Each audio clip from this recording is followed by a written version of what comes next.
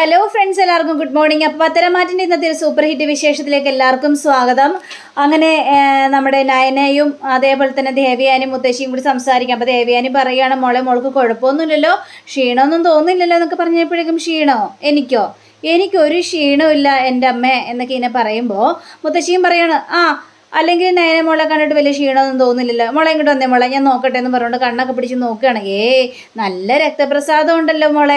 അപ്പോൾ നയനയാണെങ്കിൽ എങ്ങനെ രക്തപ്രസാദം ഇല്ലാതിരിക്കും മുത്തശ്ശി? ഇവിടെ എലിസബത്ത് ആൻറ്റി എന്നെ ഇരുത്തി തീറ്റിക്കല്ലേ, അതുകൊണ്ട് എനിക്ക് ഒരു വിളർച്ചയോ ഉണ്ടാവില്ല എന്നിങ്ങനെ സംസാരിച്ച് കഴിഞ്ഞപ്പോഴേക്കും അതുകൊണ്ടാണല്ലോ അദ്ദേഹം എലിസബത്തിനെ ഇങ്ങോട്ട് വിട്ടത്. അദ്ദേഹോ എന്ന് ദേവയാനി ചോദിക്കുകയാണ്. അമ്മ എന്താ പറഞ്ഞത്? അദ്ദേഹമെന്നോ? അത് പിന്നെ ദാമുല്ലേ, ദാമുവിന് ഞാൻ പറഞ്ഞാണ്. ദാമുവിനോട് ഇത്രയും ബഹുമാനമൊക്കെ ഉണ്ടോ അമ്മയ്ക്ക്? അല്ല, ദാമു ഒരു നല്ല കാര്യം ചെയ്താണല്ലോ, അതുകൊണ്ട് ഞാൻ പറഞ്ഞ. അതൊക്കെ പോട്ടെ. അതെ മോളെ നയനെ, മോളുടെ ഫോട്ടോ ഒന്ന് എടുക്കണം. ദേവയാനി, മോളുടെ കുറച്ച് ഫോട്ടോസ് എടുത്തേ. എന്തിനാമ്മ ഇപ്പോൾ ഫോട്ടോസൊക്കെ? അമ്മക്ക് ഈ ഇടയായിട്ട് മോളുടെ ഫോട്ടോസ് എടുക്കൽ ഇച്ചിരി കൂടുതലാണല്ലോ, ഇതെന്ത് പറ്റി ഇത്രയും ഫോട്ടോ ഒക്കെ എടുക്കാനായിട്ട്? അപ്പോൾ നയനയും ചോദിക്കുകയാണ്, അല്ലെങ്കിലും മുത്തശ്ശി എൻ്റെ കുറേ ഫോട്ടോ എടുത്തിട്ടുണ്ട്. അത് പിന്നെ ഇപ്പം 3-ാം മാസമാണല്ലോ, അപ്പം ഇങ്ങനെ ഓരോ മാസങ്ങളിങ്ങനെ ഫോട്ടോ കുറേ എടുത്ത് വെച്ചിട്ടുണ്ടെങ്കിൽ ഓരോ ദിവസവും എന്തെല്ലാം മാറ്റമാണ് മോൾക്ക് സംഭവിച്ചതെന്ന് ഫോട്ടോ നോക്കി മനസ്സിലാക്കാമല്ലോ, ഇതൊക്കെ ഉപകാരപ്പെടുമെന്നേ. അപ്പോൾ മോളുടെ പ്രസവമൊക്കെ കഴിയുമ്പോഴും മോൾക്ക് ഈ ഫോട്ടോ ഒക്കെ എടുത്ത് നോക്കാമല്ലോ, അപ്പോൾ നമ്മുടെ മനസ്സിനൊരു സന്തോഷമൊക്കെ അല്ലേ. ആയിക്കോട്ടെ ദേവയാനി, ഫോട്ടോ എടുക്ക് ദേവയാനി. അങ്ങനെ നയനയുടെ കുറേ ഫോട്ടോ എടുക്കുകയാണ് ദേവയാനി. അപ്പോൾ മുത്തശ്ശി പറയണമെന്ന് ഞാനും കൂടെ നിൽക്കുക, എൻ്റെയും മോളുടെയും കൂടി ഒന്ന് ഫോട്ടോ എടുത്തേ. അയ്യടാ, മുത്തശ്ശിക്ക് ഭയങ്കര സന്തോഷമാണല്ലോ. മുത്തശ്ശി അന്ന് 3-ാം മാസത്തെ ചടങ്ങിനും മുത്തശ്ശി കുറേ ഫോട്ടോസും വീഡിയോസും ഒക്കെ എടുത്തായിരുന്നു. അതൊക്കെ എടുത്തു, അതൊക്കെ ഒരു സന്തോഷമല്ലേ, നിസ്സാരമൊന്നുമല്ല, കുറേ എടുത്തായിരുന്നു. ഈ ഫോട്ടോസും വീഡിയോസൊക്കെ മുത്തശ്ശിന് കാണിച്ചു കൊടുക്കാറുണ്ടോ എന്ന് ചോദിച്ചപ്പോഴേക്കും അദ്ദേഹത്തിന് കാണിച്ചു കൊടുത്തിട്ടൊന്നും യാതൊരു പ്രയോജനവും ഇല്ലല്ലോ, ഞാൻ കാണിച്ചു കൊടുക്കാനൊക്കെ പോകാറുണ്ട്, പക്ഷേ അദ്ദേഹം നോക്കാറ് പോലും ഇല്ല എന്ന രീതിയിൽ തന്നെ പറയാം. അതെന്താ മുത്തശ്ശി, നയന മോളോട് ഇത്രയും ദേഷ്യമാണോ? നയനയോട് അത്ര വലിയ ദേഷ്യമൊന്നുമില്ല, പക്ഷെ ആദർശിനോട് ഭയങ്കര ദേഷ്യമാണ് മുത്തശ്ശിന്. ഞാൻ അതുകൊണ്ട് അദ്ദേഹത്തോട് കൂടുതൽ തർക്കിക്കാനൊന്നും പോകാറില്ല, എന്താണെന്ന് വെച്ചാൽ ചെയ്യട്ടെ എന്ന് ഞാനും വിചാരിച്ചു. എന്തിനാണ് നമ്മൾ കൂടുതൽ തർക്കിക്കാനായിട്ട് പോകുന്നത് എന്നും പറഞ്ഞുകൊണ്ട് നമ്മുടെ മുത്തശ്ശി നേരെ പുറത്തേക്ക് ഇറങ്ങാം. അങ്ങനെ പുറത്തേക്ക് ഇറങ്ങി കുറേ ഫോട്ടോസ് മുത്തശ്ശിൻ്റെ ഫോണിലേക്ക് അയച്ചു കൊടുക്കുകയാണ്. മുത്തശ്ശി അതെല്ലാം കണ്ട് ഭയങ്കര സന്തോഷത്തോടെ നിൽക്കുക. അതിനുശേഷം മുത്തശ്ശിയെ വിളിക്കുകയാണ്, എടോ ഫോട്ടോസ് എല്ലാം നന്നായിട്ടുണ്ട് കേട്ടോ, പിന്നെ നയനമോളെ കുറച്ച് വണ്ണം കൂടിയിട്ടുണ്ടോ എന്നൊരു സംശയമുണ്ട്, കാരണം എലിസബത്ത് നല്ലപോലെ നോക്കുന്നുണ്ടല്ലേ, പിന്നെ അല്ലാതെ ഇദ്ദേഹം വിട്ടല്ലേ എലിസബത്ത് നന്നായി നോക്കാതിരിക്കുമോ, എല്ലാം കുത്തിയെടുത്ത് തെറ്റിക്കുന്നുണ്ട്. അങ്ങനെ വേണം, അതുകൊണ്ടാണ് നയനമോളുടെ മുഖത്ത് നല്ല പ്രസാദം ഉള്ളത്. പിന്നെ തനിക്ക് ഫോട്ടോസ് അടിച്ചു കഴിഞ്ഞപ്പോഴേ ഭയങ്കര സന്തോഷമുണ്ട്. നയനമോൾ എങ്ങനെയാണ്, നല്ല സന്തോഷവതിയല്ലേ, പിന്നെ അല്ലാതെ ഇദ്ദേഹം അതിനെക്കുറിച്ച് പറയണോ, നല്ല സന്തോഷവതി തന്നെയാണ്. പിന്നെ ഇദ്ദേഹത്തിന് കാണാനായിട്ട് മടിയാണല്ലോ, ഇദ്ദേഹത്തിൻ്റെ കാര്യങ്ങളെല്ലാം ചോദിച്ചായിരുന്നു, ഞാനൊരു കണക്കിനാ അതും പറഞ്ഞുകൊണ്ട് നിർത്തിയത്. അപ്പോഴേക്കും നയന വരിക. അപ്പം നയനയെ കിട്ടഞ്ഞപ്പോഴേക്കും അതെ നയനമോള് വരുന്ന ഫോൺ വെക്കുക എന്നും പറഞ്ഞുകൊണ്ട് അവിടെ ഫോൺ വെച്ച് കളയാണ്. മുത്തശ്ശി ആരോടെ ഇത്ര നേരം സംസാരിച്ചതെന്ന് ചോദിച്ചപ്പോഴേക്കും അതെൻ്റെ അനിയത്തിയുടെ മകനാണ് എന്ന് പറഞ്ഞപ്പോഴേക്കും, അല്ല അന്നും മുത്തശ്ശി പറഞ്ഞായിരുന്നല്ലോ അനിയത്തിയുടെ മകന് വേണ്ടിയാണ് വീഡിയോസും ഫോട്ടോസും ഒക്കെ എടുക്കുന്നതെന്ന്, വീഡിയോ കോൾ വിളിച്ച് കാണിച്ചു കൊടുക്കുന്നത്, എന്നിട്ട് എൻ്റെ കയ്യിലേക്ക് ഫോൺ തരാത്തേ, അപ്പം അനിയത്തിയുടെ മോനോട് ഞാൻ സംസാരിക്കണ്ടേ എന്നിങ്ങനെ പറയുമ്പോൾ അവനൊരു നാണക്കാരനാ, അവൻ അങ്ങനെ ആരോടും കൂടുതൽ സംസാരിക്കാനൊന്നും പോകാറില്ല, അപ്പം പിന്നെ ഞാൻ എങ്ങനെയാണ് തരുന്നത്, അല്ലെങ്കിൽ ഞാൻ ചോദിച്ചതാ നയന മോളുടെ കയ്യിലേക്ക് ഫോൺ കൊടുക്കട്ടെ എന്നൊക്കെ. അപ്പോൾ അവൻ പറയും, അയ്യോ വേണ്ട എന്നൊക്കെയാണ് അവൻ പറഞ്ഞത്. അപ്പം പിന്നെ ഞാൻ ഫോൺ കൊടുക്കുന്നത് ശരിയല്ലല്ലോ മോളെ. ശരി. അല്ല ശരിക്കും മുത്തശ്ശന് എന്നോട് അരിശമാണോ? പിന്നെ അങ്ങനെ മോളോട് അത്ര വലിയ അരിശമൊന്നുമില്ല, പക്ഷേ ആദർശിനോട് ഭയങ്കര അരിശമാണ്. പിന്നെ ആദർശിൻ്റെ പിന്നാലെ ഇറങ്ങിപ്പോകുന്നതാണല്ലോ മോള്, അതുകൊണ്ട് മോളോടും ചെറിയൊരു നീരസമൊക്കെ ഉണ്ട്. മുത്തശ്ശന് അത്ര വില കുറച്ചാണോ മുത്തശ്ശി കാണുന്നത് കേട്ടുകഴിഞ്ഞപ്പോഴേക്കും? എന്താണെന്നറിയില്ല എൻ്റെ പൊന്നു മോളെ, അദ്ദേഹത്തെ കല്യാണം കഴിച്ചതിൽ പിന്നില്ലേ ഇപ്പോഴാണ് അദ്ദേഹത്തിന് ഇങ്ങനൊരു മുഖഭാവം ഞാൻ കാണുന്നത്. ഇതുവരെയായിട്ടും ഇങ്ങനൊരു കാര്യമൊന്നും ഞാൻ കണ്ടിട്ടില്ല. അദ്ദേഹം എത്ര നല്ല സൗമ്യത്തോടു കൂടി തന്നെയാണെന്നറിയാവോ സംസാരിച്ചുകൊണ്ടിരിക്കുന്നത്. പക്ഷേ ഇങ്ങനൊരു തകർച്ച വന്നത് കൊണ്ടായിരിക്കാം അപ്പം ഞങ്ങളെക്കുറിച്ച് ഒരു കാര്യം പോലും ചോദിക്കാറേ ഇല്ല, ഒരു കാര്യം പോലും ചോദിക്കാറില്ല. ഞാൻ അങ്ങോട്ട് പറയാനും പോകാറില്ല കേട്ടോ. പറഞ്ഞു കഴിഞ്ഞാൽ ചിലപ്പോൾ എൻ്റെ തലയെടുക്കും. അതുകൊണ്ട് ആദർശിനോട് തീർത്താ തീരാത്ത അരിശമാണ്. ശരി മോളെ എന്നും പറഞ്ഞുകൊണ്ട് മുത്തശ്ശി അവിടെ നിന്ന് തടി തപ്പുക. പക്ഷേ നയനയ്ക്ക് എന്തൊക്കെയോ സംശയം തോന്നുക, മുത്തശ്ശി പറയുന്ന മുഴുവനും പച്ചക്കള്ള ആണോന്ന് ഒരു സംശയമൊക്കെ നമ്മുടെ നയനയ്ക്കുണ്ട്. പക്ഷേ നയന അത് പറയാനായിട്ട് കൂട്ടാക്കിയില്ല. മുത്തശ്ശൻ അത്ര വലിയ ദേഷ്യമൊന്നും തന്നോട് കാണില്ലെന്ന് നയനയ്ക്ക് നന്നായിട്ട് തന്നെ അറിയാം. അങ്ങനെ പിന്നീട് കാണിക്കുന്നത് നമ്മുടെ അഭിയും നവ്യയും AN ജ്വല്ലറിയിൽ. അപ്പോൾ എല്ലാവരും കൂടെ സ്റ്റാഫുകളെല്ലാം കൂടെ നിൽക്കുന്ന മാളവികയും ഉണ്ട്. അപ്പോൾ ഡേവിഡ് ഒരു കേക്ക് കൊണ്ടുവന്ന് വെച്ചിരിക്കുകയാണ്. നമ്മുടെ വിജയത്തിന് പിന്നിൽ അത് അഭി തന്നെയാണ്, അതിൽ യാതൊരു സംശയവുമില്ല. അപ്പോൾ ഈ ഒരു ആഘോഷം നമുക്ക് കേക്ക് മുറിച്ച് തന്നെ ആഘോഷിക്കണമെന്ന് പറയുകയാണ്. അപ്പോൾ അർഹതപ്പെട്ട ആൾ തന്നെ വേണം ഈ കേക്ക് മുറിക്കാനായിട്ട്. അപ്പോഴേക്കും നമ്മുടെ അഭിയാണെങ്കിൽ അർഹതപ്പെട്ട ആൾ ആരാണെന്നൊക്കെ അറിയാം. അത് മാളവികയല്ലേ. മാളവിക തന്നെ കേക്ക് മുറിക്കട്ടെ സാർ. ഇത് കേട്ട് കഴിഞ്ഞപ്പോഴേക്കും ശരിയാണ്, മാളവിക അർഹതപ്പെട്ട ആൾ തന്നെയാണ്. മാളവിക ഡിസൈൻസ് ഇപ്പോൾ കത്തിക്കൊണ്ടിരിക്കുകയല്ലേ. നേരത്തെ നയന ഡിസൈൻസ് ആയിരുന്നു കത്തിക്കൊണ്ടിരുന്നത്. പക്ഷേ ഇപ്പോൾ മൂർത്തീസിനെ അടിച്ച് മറിച്ചുകൊണ്ടാണല്ലോ മാളവിക ഡിസൈൻസ് കത്തിപ്പടരുന്നത്. അപ്പോൾ നമ്മുടെ അഭി പറയാണ് അങ്ങനെ പറയാനൊന്നും പറ്റില്ല. ഇപ്പം മൂർത്തീസ് കമ്പനിയൊക്കെ തകർന്നിരിക്കുകയാണ്. ഇപ്പോൾ ഈ നയന എന്ന് പറഞ്ഞ ആ പെണ്ണ് കെയറിങ് ആണല്ലോ, അതുകൊണ്ടാണ് മാറി നിൽക്കുന്നത്. പക്ഷെ ഇതെല്ലാം കഴിയുമ്പോഴേക്കും വീണ്ടും ഉയർത്ത് വരും നയന. ഈ നയന എന്ന് പറയുന്നത് എൻ്റെ ഭാര്യയുടെ ചേച്ചിയാണ്, അനിയത്തിയാണ്. അപ്പോൾ എനിക്കറിയാം അവരെക്കുറിച്ച്. അതുകൊണ്ടാണ് സാറേ പറഞ്ഞത് അവർ ഉയർത്ത് വരെ എന്ത് വേണമെങ്കിലും വരട്ടെ. പക്ഷേ മാളവികയെ തോൽപ്പിക്കാനായിട്ട് ഇനി അവർക്ക് കഴിയില്ല. AN ജ്വല്ലറിയെ തോൽപ്പിക്കാനായിട്ട് മൂർത്തീസ് കമ്പനിക്ക് കഴിയില്ല. അത് തകർന്ന് തരിപ്പണമായിക്കൊണ്ടിരിക്കുകയാണല്ലോ. എല്ലാത്തിനും കാരണം എൻ്റെ ഭാര്യ തന്നെയാണെന്നൊക്കെ പറയണം. അതും ശരി തന്നെയാണ്. ഇനിയിപ്പോൾ കേക്ക് മുറിക്കുക. പക്ഷേ ഈ കേക്ക് മുറിക്കുന്നത് ഏതായാലും മാളവികയല്ല. മാളവികയ്ക്ക് നീരസൊന്നും തോന്നരുത് കേട്ടോ എന്ന് പറഞ്ഞപ്പോഴേക്കും അയ്യോ ഇല്ല സാർ, എനിക്കെന്തിനാണ് നീരസം സാർ, അതുകൊണ്ട് അഭി സാർ തന്നെയാണ് ഈ കേക്ക് മുറിക്കേണ്ടത്. അയ്യോ സാർ ഞാനെന്തിനാണ് സാർ ഈ കേക്കൊക്കെ മുറിക്കുന്നത്? അതിനെനിക്ക് അർഹതയുണ്ടോ? തീർച്ചയായിട്ടും അർഹതയുണ്ട്. ഇത്രയും നാളുകൊണ്ട് പെട്ടെന്നൊരു പ്രോഫിറ്റൊക്കെ അല്ലേ കമ്പനിക്ക് കിട്ടിയിരിക്കുന്നത്. അപ്പോൾ അഭി സാറാണ് ഇതിന് ഏറ്റവും വലിയ യോഗ്യൻ എന്നൊക്കെ പറയുമ്പോൾ നമ്മുടെ നവ്യ ഇങ്ങനെ വല്ലാത്തൊരു അവസ്ഥയിൽ ഇങ്ങനെ നിൽക്കുകയാണ്.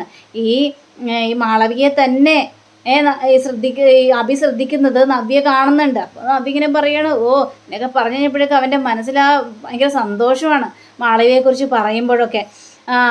പിന്നെ അഭിയുടെ ഭാര്യയില്ലേ നവ്യയും കൂടി ഒരുമിച്ചിരുന്ന് കേക്ക് മുറിക്കട്ടെ, അതിനെന്താ കുഴപ്പം? അപ്പോൾ നവ്യയോട് കേക്ക് മുറിക്കാനായിട്ട് പറയാം. അതൊന്നും വേണ്ട, അഭി തന്നെ കേക്ക് മുറിച്ചാൽ മതി. നവ്യ അങ്ങനെ പറ്റില്ല, എൻ്റെ ഈ വിജയത്തിന് പിന്നിൽ നവ്യയല്ലേ, നവ്യ ഉള്ളത് കൊണ്ടല്ലേ ഞാൻ ഇവിടം വരെ എത്തിയത്, മാനേജർ കസാലിരിക്കുന്നത്. അതുകൊണ്ട് നവ്യ നമുക്ക് രണ്ടുപേർക്കും കൂടി കൈ പിടിച്ച് ഈ കേക്ക് മുറിക്കണം എന്നിങ്ങനെ പറയാം. അങ്ങനെ ഇവർ കേക്ക് മുറിച്ച് രണ്ടുപേരും അങ്ങോട്ടും ഇങ്ങോട്ടും വാല് വെച്ച് കൊടുക്കുമ്പോഴും നവ്യയുടെ മനസ്സിലിരിപ്പ് പുറത്ത് വരികയാണ്. എടാ എൻ്റെ മനസ്സ് ഇതേപോലെ കീറി മുറിഞ്ഞിരിക്കുകയാണ്. അത് ഒന്നും കൂടി ദൃഢമാക്കണം. ഞാൻ എൻ്റെ കൂട്ടുകാരത്തേക്ക് ഒരു കാര്യം പറഞ്ഞിട്ടുണ്ട്, ഒരു ടെസ്റ്റിന് കൊടുത്തിട്ടുണ്ട്. ആ ടെസ്റ്റ് റിസൾട്ടും കൂടി വരട്ടെ, അതിന് ശേഷമായിരിക്കും നിന്നെ ഞാനെടുത്ത് വെട്ടി കീറാനായിട്ട് പോകുന്നത് എന്നൊക്കെ ഇങ്ങനെ നവ്യ ഇങ്ങനെ മനസ്സിൽ ചിന്തിക്കുക. പക്ഷേ ഇതൊന്നും മണ്ടനായ അഭി അറിയുന്നു പോലുമില്ല. അങ്ങനെ ആ കേക്ക് മുറിയും കാര്യങ്ങളൊക്കെ കഴിഞ്ഞു. അങ്ങനെ ഈ വീഡിയോസൊക്കെ നമ്മുടെ നരേന്ദ്രൻ കാണുകയാണ്. അപ്പോൾ നരേന്ദ്രൻ കണ്ടു കഴിഞ്ഞപ്പോഴേക്കും മോളെ അവന്തികെ നോക്കിയേ ഇതൊക്കെ കണ്ടേ എന്നൊക്കെ ചോദിച്ചപ്പോഴേക്കും ഭയങ്കര സന്തോഷമാണ്. കണ്ടോ ഇവിടെ ഒരാളും കൂടി ഇല്ല, മോളുടെ അമ്മ വരാം, അടുത്ത വിഷുവിന് മോളുടെ അമ്മയും കൂടി ഇവിടെ ഉണ്ടാകും. ഇപ്പം നമുക്ക് ഏതായാലും കൊണ്ടുവരാനായിട്ട് പറ്റില്ലല്ലോ, ഇതായാലും നിൻ്റെ ചേട്ടനും ചേട്ടത്തിയൊക്കെ ഇപ്പോൾ ആ AN ജ്വല്ലറിയിൽ തന്നെ പിടിച്ച് പറ്റിയിരിക്കുകയാണ്. ഇനിയിപ്പോൾ അവൻ മാനേജറായി. ഇനി ശരിക്കും പറഞ്ഞിട്ടുണ്ടെങ്കിൽ അവൻ MD തന്നെയാണല്ലോ. അച്ഛനത് പറഞ്ഞ സത്യം തന്നെയാണ്. ഇനി മൂർത്തീസ് കമ്പനി തകർന്ന് തരിപ്പണമായൊരവസ്ഥ നിൽക്കുകയല്ലേ, എപ്പോഴെങ്കിലും കയറി വരുമോ അച്ഛാ? ഇത് കഴിഞ്ഞപ്പോഴേക്കും ഒരിക്കലുമില്ല, അയാൾ തകർന്ന് തരിപ്പണമായി. ഇനി അയാൾ ആ വീട്ടിൽ നിന്ന് ഇറങ്ങി പോയാൽ മാത്രം മതി. എൻ്റെ പൊന്നച്ഛ, മൂർത്തീസ് കമ്പനി തകർന്നാൽ തന്നെ അയാൾ മരിച്ച ഒരു ഘട്ടത്തിൽ തന്നെയാണ്. പിന്നെ അയാളുടെ തലയെടുപ്പ് കണ്ടിട്ടുണ്ടോ അച്ഛൻ എന്ന് പറഞ്ഞപ്പോഴേക്കും പിന്നെ എനിക്കറിയാത്തതാണോ ഈ മൂർത്തീസിനെ? ഈ മൂർത്തിക്ക് അങ്ങനെ പെട്ടെന്ന് തളരുന്ന കൂട്ടത്തിലല്ല ഈ മൂർത്തി ഉയരങ്ങളിലേക്ക് പോകണമെന്ന് തന്നെ ചിന്തിക്കുന്ന ഒരാളാണ്. അപ്പോൾ ഏത് പരിശ്രമവും നടത്താനായിട്ട് അയാൾക്ക് യാതൊരു മടിയില്ല എന്ന കാര്യവും അവിടെ സംസാരിക്കുകയാണ്. അപ്പോൾ ഇതൊക്കെ കേട്ട് കഴിഞ്ഞപ്പോഴേക്കും അവന്തികയ്ക്കും ഭയങ്കര സന്തോഷം തോന്നിക്കണം. ഏതായാലും എനിക്കിത് ഭയങ്കരമായിട്ട് ഇഷ്ടപ്പെട്ടു. നമ്മുടെ കമ്പനി ഉയരങ്ങളിലേക്ക് പോയിക്കൊണ്ടിരിക്കുകയാണല്ലോ എന്ന രീതിയിൽ തന്നെ പറയാം. അങ്ങനെ പിന്നീട് കാണിക്കുന്നത് നമ്മുടെ ദേവയാനിയും ഈ ജയനൊക്കെ ഇരുന്ന് സംസാരിക്കുകയാണ്. നമ്മുടെ കമ്പനി ഇതുപോലെ ഇങ്ങനെ താഴ്ന്നു പോയിട്ടില്ലല്ലോ ജയേട്ടാ, ഇനിയിപ്പോൾ എന്താ ചെയ്യേണ്ട ജയേട്ടാ, അനി പോലും MD കസാലിൽ ഇരുന്നിട്ട് പോലും നമുക്കൊരു മാറ്റം സംഭവിക്കുന്നില്ലല്ലോ എന്നൊക്കെ പറയുകയാണ്. അപ്പോൾ അവിടെ ജാനകിയും സംസാരിക്കുകയാണ്. അത് പിന്നെ അവൻ ഇരുന്നല്ലേ ഉള്ളൂ, പിന്നെ ഇതിൻ്റെ പിന്നിൽ ആരാ കളിച്ചതെന്നൊക്കെ കണ്ടെത്തണമല്ലോ എന്ന രീതിയിൽ സംസാരിക്കുമ്പോഴാണ് അതേ ജലജ ഇറങ്ങി വരുന്നത്. അപ്പോൾ ജലജ വന്നിട്ട് പറയുകയാണ്, അതെ നിങ്ങളൊരു കാര്യം അറിഞ്ഞായിരുന്നോ, എൻ്റെ മകൻ AN ജ്വല്ലറിയിൽ ജോയിൻ ചെയ്തല്ലോ. അപ്പോൾ അത് അവൻ കുറച്ച് ദിവസം അയാൾ ജോയിൻ ചെയ്തിട്ട് പോലും അവർക്ക് നല്ല പ്രോഫിറ്റാണ് കിട്ടിയെന്ന്. അതുകൊണ്ട് അവിടെ കേക്ക് മുറികളും കാര്യങ്ങളൊക്കെ നടന്നു. അവൻ കാരണം അവിടെ വലിയൊരു നേട്ടം തന്നെ ഉണ്ടായെന്നാണ് പറഞ്ഞത്. എന്താ, ആ MD നിന്നെ വിളിച്ച് പറഞ്ഞായിരുന്നോ? അല്ല, MD എന്നെ വിളിച്ച് പറഞ്ഞില്ല, നവ്യമോള എന്നെ വിളിച്ച് കാര്യങ്ങളെല്ലാം പറഞ്ഞത് എന്നൊക്കെ പറയാണ്. ഇത് കഴിഞ്ഞപ്പോഴേക്കും ദേവയാനിക്ക് അങ്ങോട്ട് കലി വരികയാണ്. എന്തിനാണ് മൂർത്തീസ് കമ്പനിയിൽ നിന്ന് അവനെ അടിച്ച് പുറത്താക്കിയത്? അവൻ ചില തെറ്റുകളൊക്കെ ചെയ്തിട്ടുണ്ട്, അത് ശരി തന്നെയാണ്. പക്ഷേ ആ കമ്പനിയിൽ നിന്ന് നിങ്ങൾക്ക് അവനെ തള്ളിക്കളയേണ്ട ആവശ്യമൊന്നും ഉണ്ടായിരുന്നില്ലല്ലോ.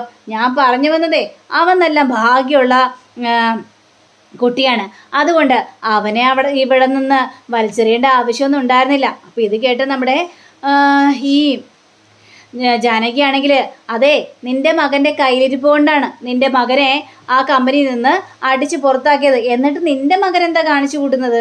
നിന്റെ മകൻ അവിടെ MD ആയിട്ട് ഇരുന്നിട്ട് വല്ല നേട്ടമുണ്ടോ? എന്തെങ്കിലും സംഭവിച്ചോ?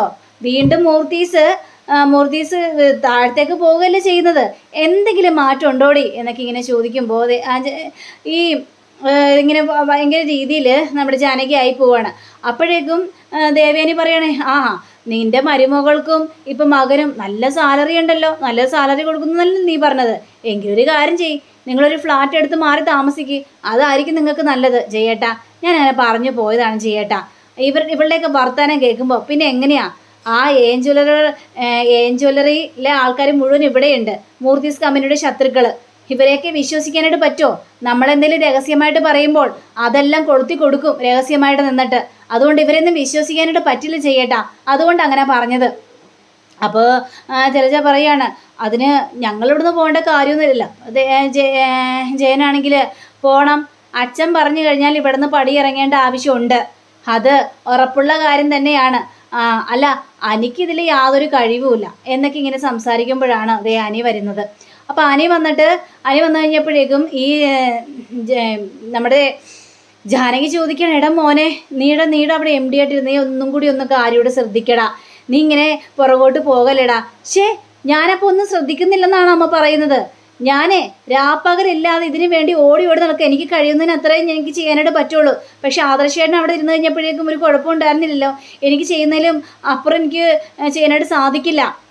നിങ്ങളൊരു കാര്യം ചെയ്യ്, ആദർശേട്ടനെ കൊണ്ടുപോവാ, എന്നിട്ട് MD സ്ഥാനത്ത് ഇരുത്ത്. ഇത് കേട്ടുകൊണ്ട് വരികയായിരുന്നു മുത്തശ്ശനും മുത്തശ്ശിയും. അപ്പോൾ മുത്തശ്ശൻ പറയാണ്, എടാ നിനക്കിരിക്കാൻ പറ്റില്ലെങ്കിൽ നീ അത് പറഞ്ഞാൽ മതി, നീ ആദർശിനെ കൊണ്ടുവരുന്ന കാര്യം നീ പറയേണ്ട ആവശ്യമൊന്നുമില്ല. നിനക്കിരിക്കാൻ പറ്റിയില്ലെങ്കിൽ ആ MD സ്ഥാനത്തേക്ക് വേറൊരാളെ ഞാൻ നിശ്ചയിക്കും, അത്രേ ഉള്ളൂ. അതിൽ കൂടുതലൊന്നും പറയാൻ വേണ്ടി നിൽക്കണ്ട എന്ന് പറഞ്ഞപ്പോഴേക്കും മുത്തശ്ശ, അതല്ല മുത്തശ്ശ, ആദർശേട്ടനെ പോലെ ചെയ്യാനൊന്നും കഴിവൊന്നും എനിക്കില്ല മുത്തശ്ശ, അതുകൊണ്ടാണ് ഞാൻ മുത്തശ്ശനോട് ഈ കാര്യങ്ങളെല്ലാം സംസാരിക്കുന്നത്. നീ കൂടുതലൊന്നും പറയാൻ നിൽക്കണ്ട.